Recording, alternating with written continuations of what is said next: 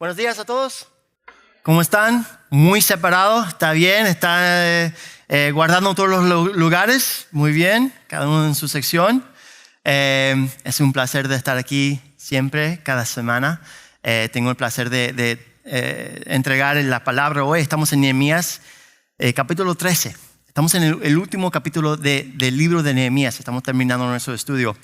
Y para mí, creo que esto es uno de los domingos que es un recordatorio de por qué es importante devolver cada domingo, cada semana. Y recordar que Jesús está en su trono, ¿no? Aunque lo que está sucediendo, pasando en las noticias, en el mundo, es importante que nosotros hoy podemos declarar que Él todavía está sentado en su trono.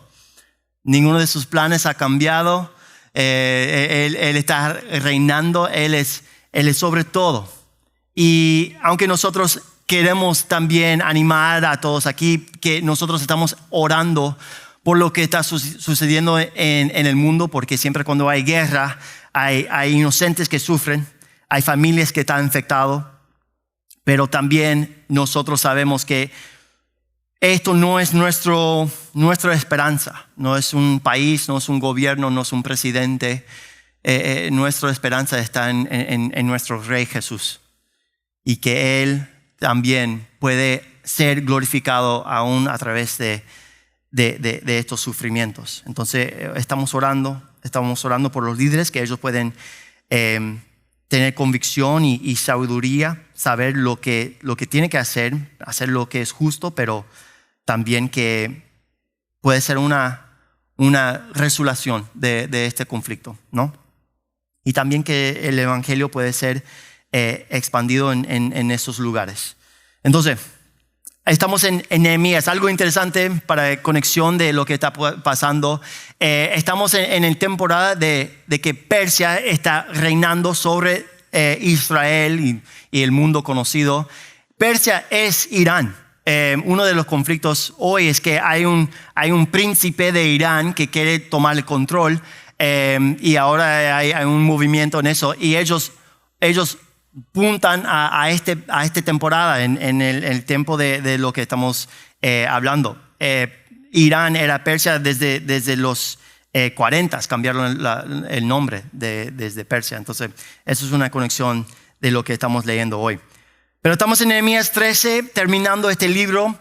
Hemos recorrido de lo que es, podemos decir, los últimos eventos en el libro o en el Antiguo Testamento, en las escrituras judías, de el regreso de los exiliados judíos, la reconstrucción del templo, el regreso a las leyes y las costumbres mostradas en las escrituras, y lo que vimos en el libro específicamente de Nehemías, la reconstrucción del muro. Entonces, estos son los últimos eventos registrados antes de lo que vemos en Mateo, que 400 años después el ángel Gabriel aparece ante Zacarías para decirle que su esposa dará a luz a Juan el Bautista, ¿no? Y después aparece a María para informarle que dará a luz al Mesías. Entonces, vamos a ver cómo estamos conectados a este evento. Pero si observamos toda la historia de Dios actuando en la historia de la humanidad, hemos entrado en la mitad de la historia de Dios llamando a su pueblo hacia Él mismo, la cual comenzó con una nación proveniente de un solo hombre, Abraham, con quien Dios hizo un pacto. Era una promesa que Dios mismo sería fiel a incumplir. Aunque Abraham y sus descendientes constantemente pecaran, fallaran y adoran a otros dioses, Dios permaneció fiel, llamándolos de regreso a Él, restaurándolos, revelando su amor y paciencia hacia ellos. Y vemos también a través de Moisés que Él dio a su pueblo su ley, le da el tabernáculo y el templo para que ellos puedan ser limpios como un cubrimiento de sus pecados, para establecer un sistema de sacrificios de modo que pueden temporalmente entrar en su presencia. Pero también Dios advirtió una vez tras otra vez a su pueblo sobre lo que va a suceder si ellos desobedecen, sobre lo que ocurran si ellos adoran a otros dioses. Les dijo que serían disciplinados, exiliados, entregados en sus enemigos, y vimos que eso es lo que sucedió a Israel. Y Él está esperando que ellos sean arrepentidos, que ellos regresan a Él, que ellos sometan a su voluntad, y Él va a restaurar. Entonces los asirios exiliaron a la parte norte de Israel, luego los babilonios exiliaron el resto de Israel, y por 70 años ellos estuvieron en Babilonia. Y los persas liberaron a los judíos para regresar a su tierra, para reconstruir el templo y los muros. Y vemos que el pueblo de Dios responder. Ellos reunieron todos sus recursos, su gente, su fuerza, trabajaron juntos para reconstruir el templo, también los muros. Y podemos ver a través de este libro la evidencia de Dios obrando a través de su pueblo. Y ellos terminaron los muros en tiempo récord, ¿no?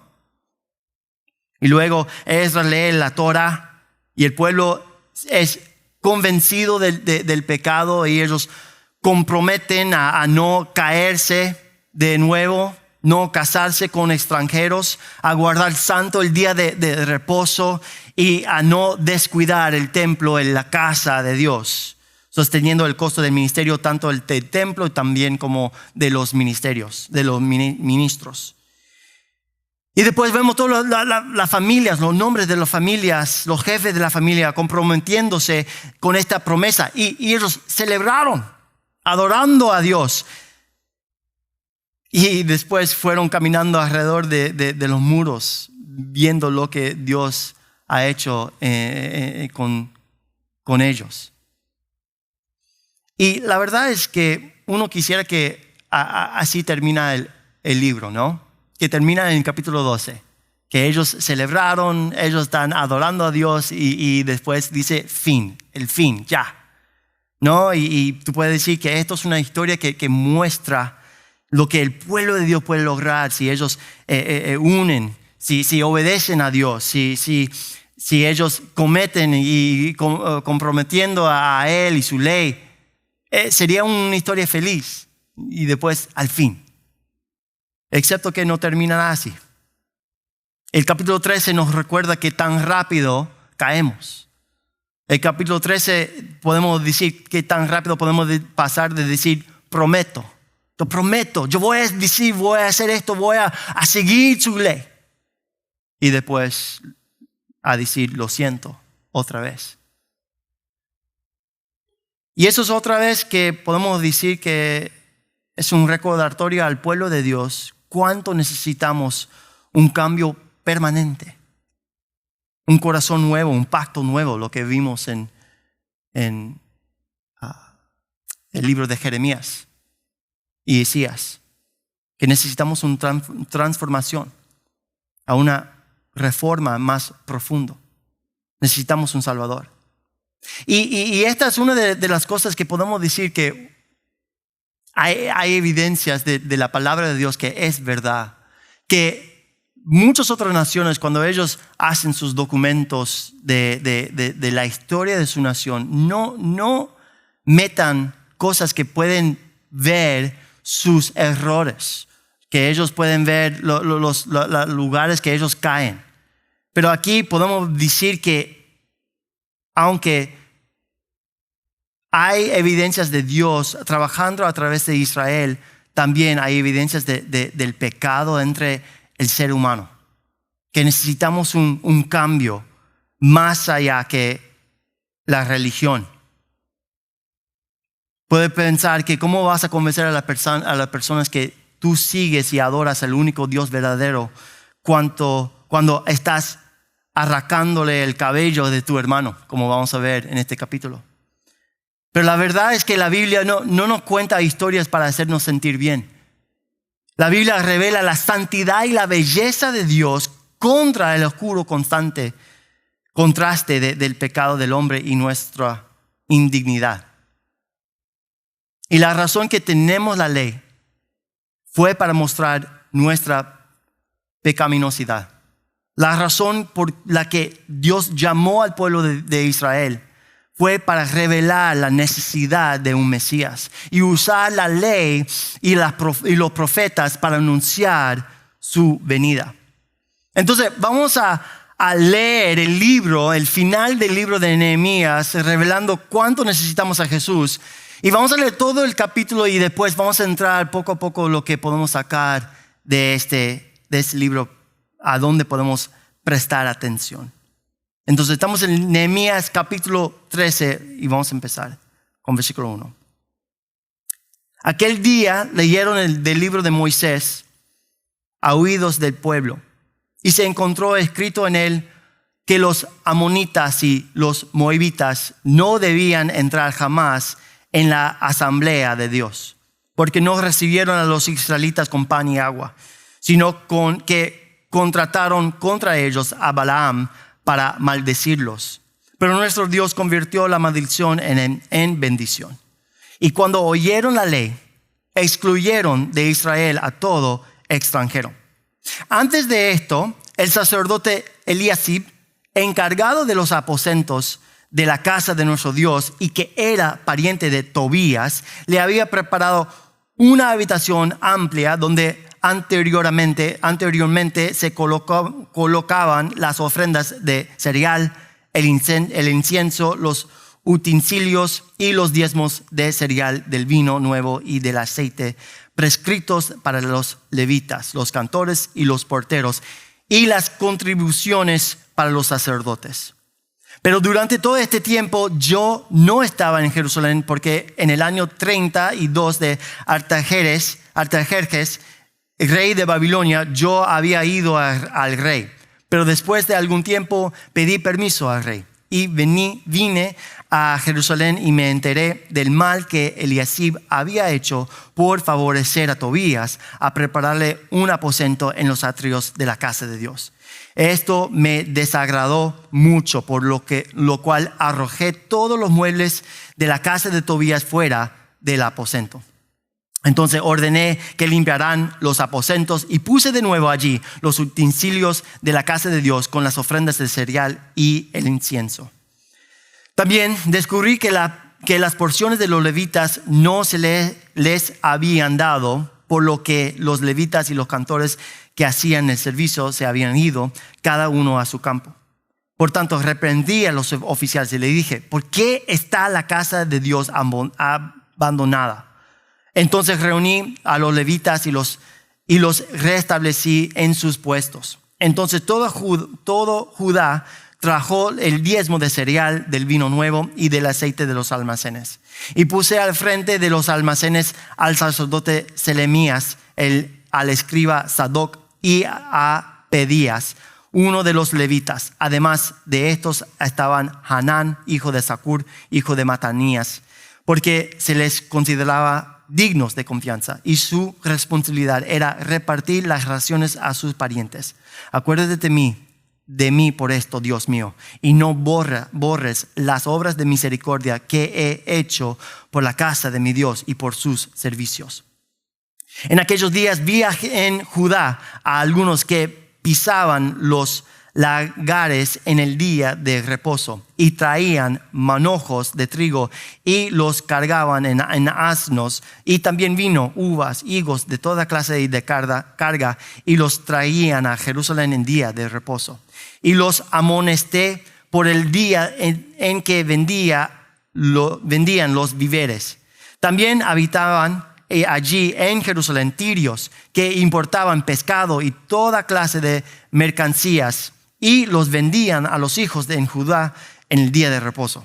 Entonces reprendí a los nobles de Judá y le dije: ¿qué acción tan mala es esta que cometen profanando el día de reposo? ¿No hicieron lo mismo sus padres, y nuestro Dios trajo sobre nosotros y sobre esta ciudad toda esta aflicción? Ustedes pues aumentan su furor contra Israel a profanar el día de reposo. Así que cuando iba oscureciendo a las puertas de Jerusalén antes del día de reposo, ordené que se cerraran las puertas y que no las abrieran hasta después del día de reposo. Entonces puse a algunos de mis siervos a las puertas para que no entrara ninguna carga en día de reposo. Pero una o dos veces los mercaderes y vendedores de toda clase de mercancía pasaron la noche fuera de Jerusalén. Entonces les advertí y le dije: ¿por qué pasan la noche delante de la muralla? Si lo hacen de nuevo, usaré fuerza contra ustedes. Desde entonces no vinieron más en el día de reposo. Y ordené a los levitas que se purificaran y que vinieran a guardar las puertas para santificar el día de reposo. Por esto también, acuérdate de mí, Dios mío, y ten piedad de mí conforme a la grandeza de tu misericordia. En aquellos días también vi a judíos que se habían casado con mujeres asdoditas, amonitas y moabitas. De sus hijos, la mitad hablaban la lengua de Asdod, y ninguno de ellos podía hablar la lengua de Judá, sino la lengua de su propio pueblo. Así que los reprendí y los maldije, herí a algunos de ellos y les arranqué el cabello. Y les dije, y les hice jurar por Dios, diciéndoles: no darán sus hijas a sus hijos, tampoco tomarán de sus hijas para sus hijos, ni para ustedes mismos. No pecó por esto Salomón, rey de Israel. Sin embargo, entre tantas naciones no hubo rey como él, y era amado por su Dios, y Dios le había hecho rey sobre todo Israel. Pero aún a él le hicieron pecar las mujeres extranjeras. Y se debe oír de ustedes que han cometido todo este gran mal, obrando infielmente contra nuestro Dios, casándose con mujeres extranjeras. Aún uno de los hijos de Joiada, hijo del sumo sacerdote Eliasib, era yerno de Sanbalat el horonita, y lo eché de mi lado. Acuérdate de ellos, Dios mío, porque han profanado el sacerdocio y el pacto del sacerdocio y de los levitas. Así los purifiqué de todo lo extranjero y designé oficios para los sacerdotes y levitas, cada uno en su ministerio. Y hice arreglos para la provisión de leña en los tiempos señalados y para las primicias. Acuérdate de mí, Dios mío, para bien.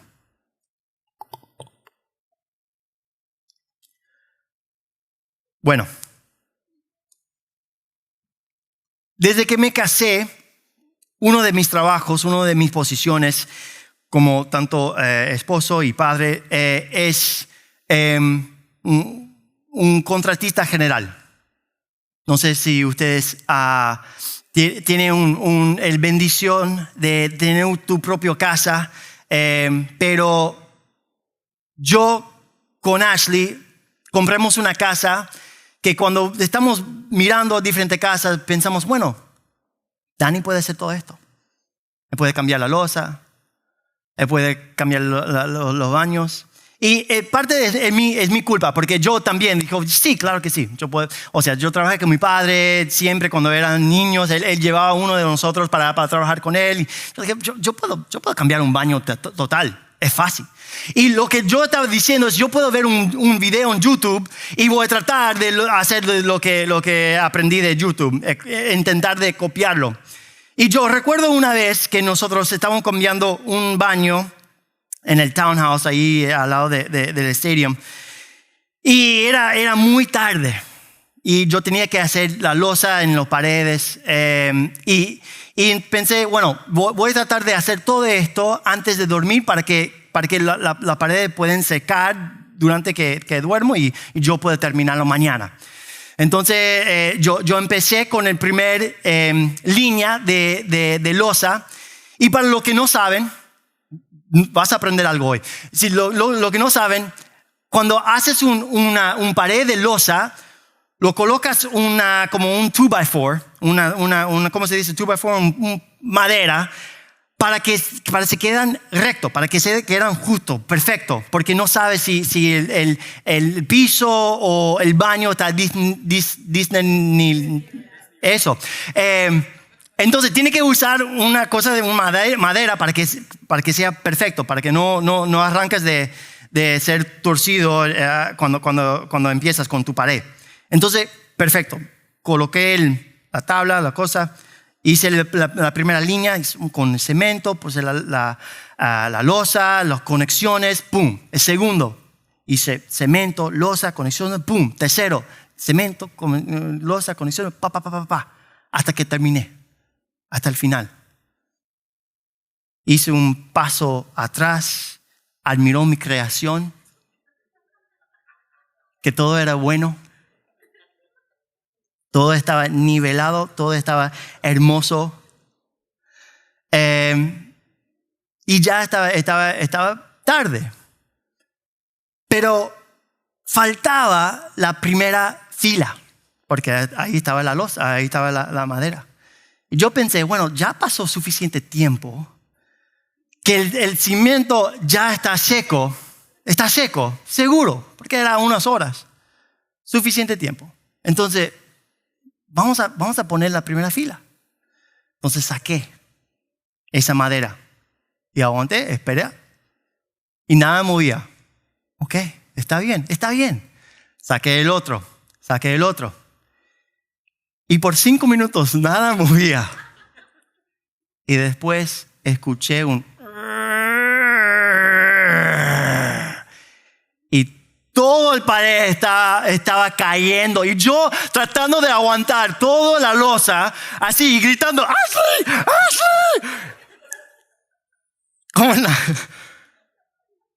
Y al final, todo se cayó sobre mi cabeza. Y yo ahí tomé un paso atrás.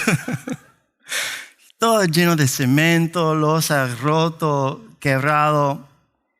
Y pensé, después de todo ese trabajo, todo este tiempo, empezamos de nuevo. O sea, qué desastre. Puedo imaginar que así se sintió Nehemías, ¿no?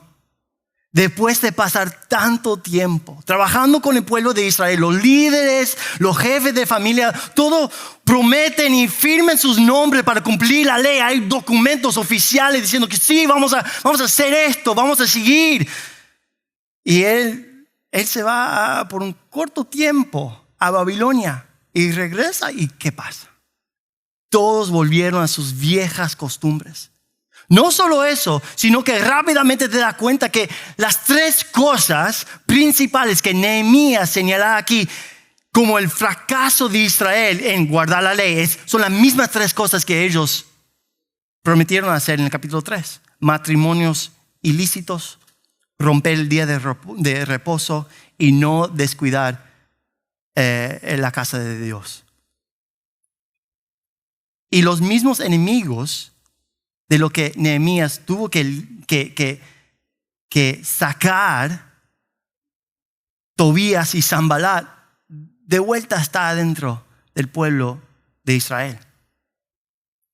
Tobías y Sanballat, al comienzo del libro, aquellos que intentaron atacar y desanimar a los israelitas para que no terminaran el muro, son las mismas personas que ahora se están infiltrando nuevamente en el templo en lugares de influencia entre el pueblo de Dios. Así que comienza con Nehemías regresando de Babilonia y dándose cuenta que el sumo sacerdote Eliasib permitió a su pariente Tobías, que era amonita, entrar en la casa de Dios. Entrar en la casa de Dios en un almacén que estaba destinado a guardar las porciones para los levitas y los sacerdotes. Y como Eliasib estaba a cargo de los almacenes, es muy probable que su falta de protección y supervisión contribuyeron que los levitas y los ministros no recibieron sus porciones, obligando a que ellos tenían que ir al campo, trabajar, en lugar de dedicar su tiempo en el ministerio. Y eso lo creo que muchas veces pasa en nuestras vidas. Cuando estamos dispuestos a comprometer una área en nuestras vidas, eventualmente terminando comprometiendo otras. Cuando estamos dispuestos a pecar en esta área que parece insignificante o pequeño, eventualmente afectará la manera en que adoramos a Dios, ya sea como individuos o como un cuerpo.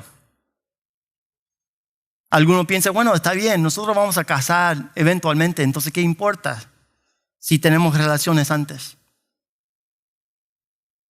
Sé que Dios merece mis primicias y mis ofrendas y diezmos, yo sé, pero parece que el ministerio igual será sostenido por otros, entonces la verdad, ¿qué importa?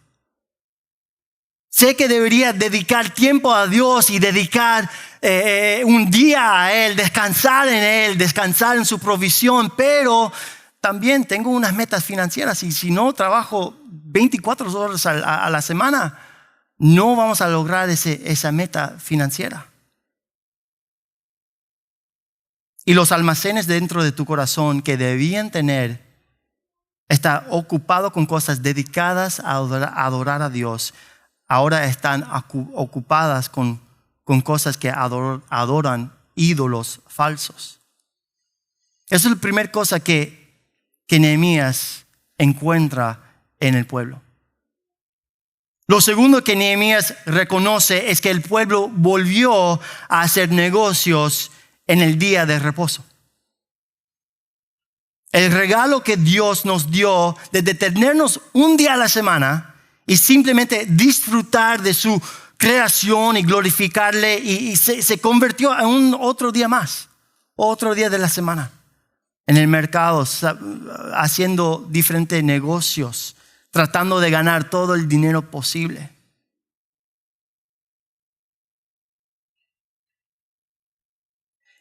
Y la pregunta es que, obviamente, esto es un pecado que todos entraron como pueblo. Pero al ver la hipocresía del sumo sacerdote Eliasib, quien debía ser un ejemplo de reverencia y obediencia, en cambio abusó su posición y utilizó lo que no le pertenecía para ganar influencia y poder sobre otros. Y así el pueblo hizo lo mismo. El pueblo hizo lo mismo. Y esto debería ser una advertencia para líderes de ministerio, para pastores en la iglesia, también pastores en iglesias de casa, para los padres que tienen hijos en tu casa, o incluso líderes en tus lugares de trabajo, empresas, lo que tienes empleados abajo de ti. Hay personas en tu vida que están observando tu ejemplo. Y tu respeto o falta de reverencia por la verdad de Dios y la obediencia dentro o afuera de la iglesia, el domingo por la mañana también, así como el sábado por la noche, las personas ven tu ejemplo. Y seguirán tu ejemplo o será otra razón más para ellos de por qué ellos no confían en los cristianos. Seguro que ustedes conocen personas, como yo conozco personas en mi vida, que tienen esa excusa de, bueno, yo no voy a iglesia porque una vez en mi vida yo tenía un negocio con un otro hombre que era cristiano, muy religioso y después me robó todo. Y por eso no confío en los cristianos. Y yo sé que es una excusa, pero también que triste que hay personas que llaman a Jesús como su Señor, pero también están siendo como un mal ejemplo en el mundo. ¿Cuántas veces hemos visto hijos de pastores? Ven a su padre predicar el domingo y después, lunes hasta sábado, era un lado diferente, completamente diferente lado de él. Yo oro que nosotros podemos poner esa misma actitud, esa misma oración que Pablo dice a la iglesia, que sigue a mí mientras que yo sigo a Cristo. No significa que nosotros tenemos que ser perfectos, obviamente que no, sino reconocer que tu caminar con Cristo es más que solo acerca de ti. Tu tu camino con Cristo se trata de influenciar a quienes te rodean, a los que vendrán después de ti. ¿Cómo estás viviendo como Cristo? ¿Cómo estás viviendo para Cristo? ¿Y cómo estás viviendo con integridad en cada área de tu vida? Y hay áreas en tu vida que necesitan ser nuevamente dedicadas, limpias, rendidas, para que Cristo sea honrado. Eso es el segundo parte que Nehemías ve en el pueblo de Israel. El último y tercero es que Nehemías ve que hombres judíos que casaron con mujeres asdoditas, amonitas y moabitas.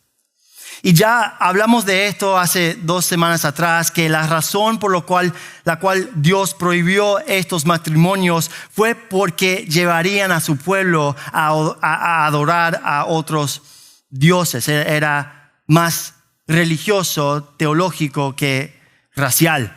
No eran personas que habían convertido para adorar al verdadero Dios de la Biblia.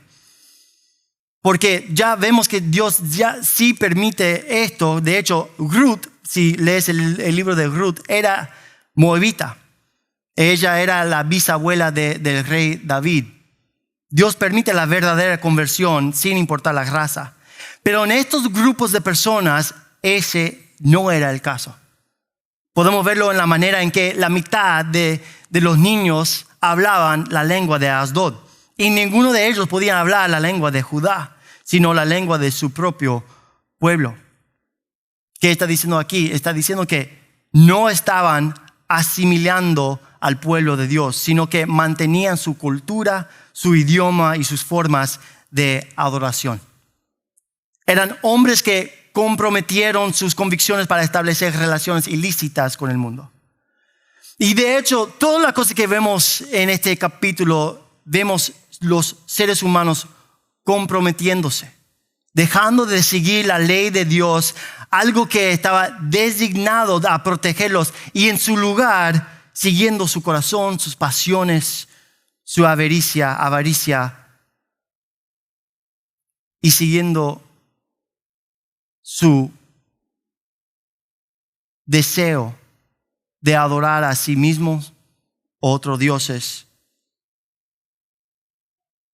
Y Nehemías vemos que había un repuesto para cada situación. La primera es que él quitó a Tobías de la casa de Dios. Él estableció nuevos encargos de los almacenes. Recibieron los diezmos del pueblo para volver a sostener los levitas y sacerdotes. Él cerró las puertas para que nadie pueden vender algo en el día de reposo. Incluso llegó a amenazar con violencia.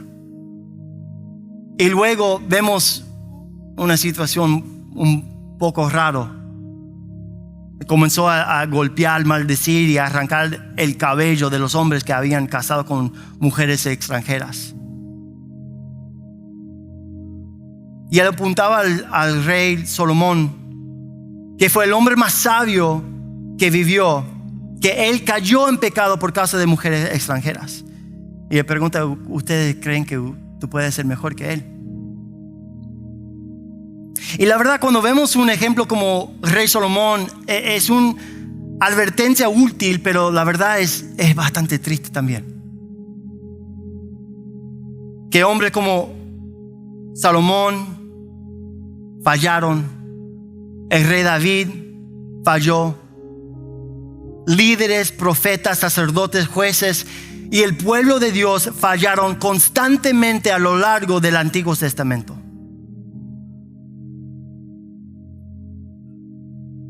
Y la pregunta es, hoy, ¿tú crees que tú puedes ser mejor?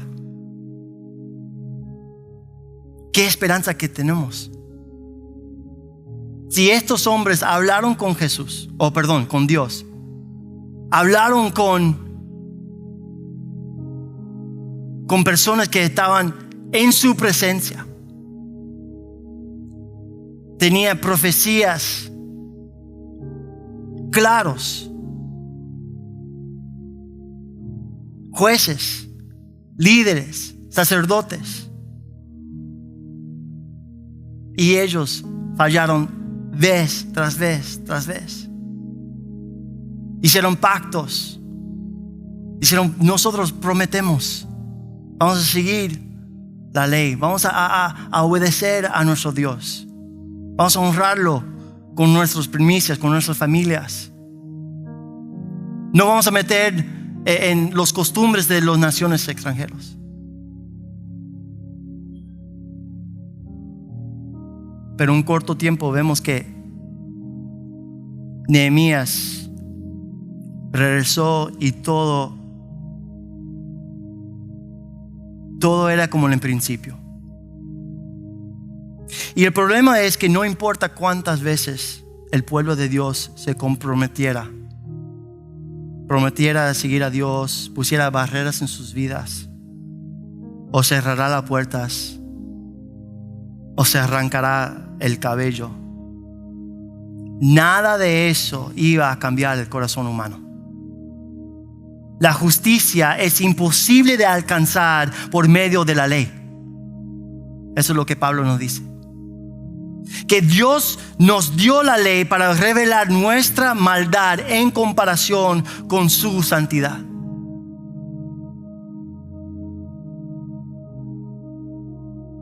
Entonces, ¿qué esperanza tenemos?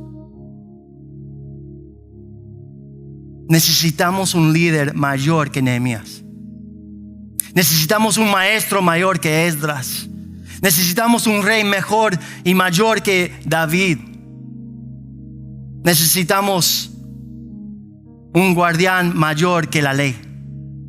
Necesitamos un templo mayor que el de Jerusalén.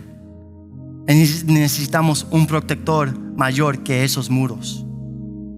Necesitamos un corazón nuevo, necesitamos un espíritu nuevo, necesitamos un nuevo mediador entre Dios y el hombre, necesitamos un nuevo pacto, necesitamos un Salvador. Y eso es exactamente lo que Jesús dice. En Mateo 12:6 dice, pues les digo que algo mayor que el templo está aquí. En Mateo 2:42 dice, y miren, algo más grande que Salomón está aquí. Y en Hebreos 3:3 dice, porque Jesús ha sido considerado digno de más gloria que Moisés, así como el constructor de la casa tiene más honra que la casa. ¿Por qué? Porque Jesús vino a la tierra no solamente para ser un ejemplo. Él no vino a la tierra solamente para ser un maestro que nosotros podemos seguir sus enseñanzas. Jesús vino a la tierra para cumplir la ley. Y después, cuando Él murió, Jesús rasgó el velo en dos. Ya no vamos a un templo físico para adorar a Dios. Adoramos en espíritu y en verdad, porque el Espíritu Santo vive en nosotros. Amén. Tenemos la sabiduría de Cristo, tenemos la mente de Cristo, tenemos el poder del Espíritu Santo, no porque hayamos cumplido la ley de Moisés, sino porque Jesús cumplió la ley y murió en mi lugar, para que ahora pueda vivir bajo de su gracia.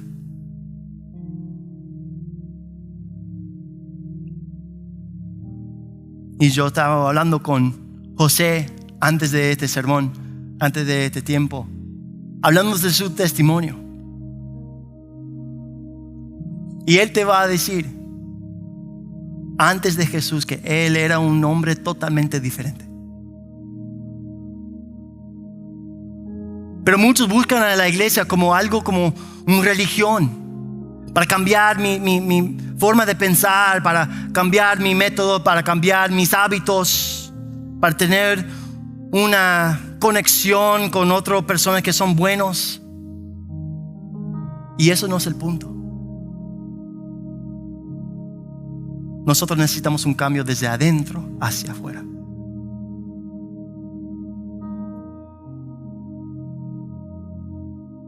Y aunque Nehemías, él pidió 4 veces que Dios recordará sus buenas obras y también recordará a quienes profanaron el pacto, damos gracias a Dios porque Él recuerda lo que Cristo hizo por nosotros. Aunque es importante que nosotros sigan a Él y nuestras obras están guardadas en el cielo como tesoros y Él es glorificado de lo que hacemos en la tierra, también damos gracias porque nuestra justicia se basa completamente en lo que Él hizo por nosotros. Él nos ha perdonado según la grandeza de su amor fiel, llevando nuestras iniquidades a la cruz, muriendo en nuestro lugar. A quienes se arrepentían y creen en Él, su Espíritu Santo habita en ellos como garantía de la vida eterna que Él ofrece a su pueblo.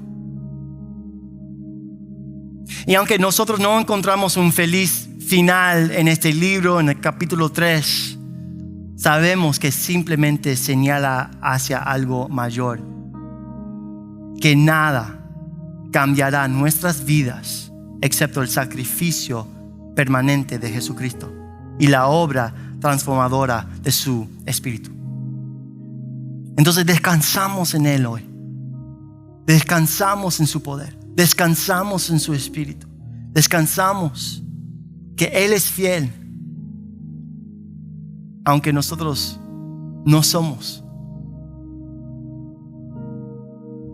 Podemos descansar en el amor del Padre. Vamos a orar, vamos a terminar en este tiempo juntos.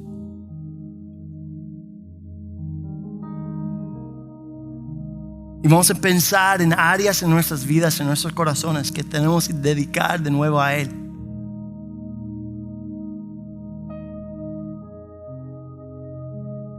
Áreas en nuestras vidas que deberían ser llenas de cosas dedicados a honrarlo, adorarlo.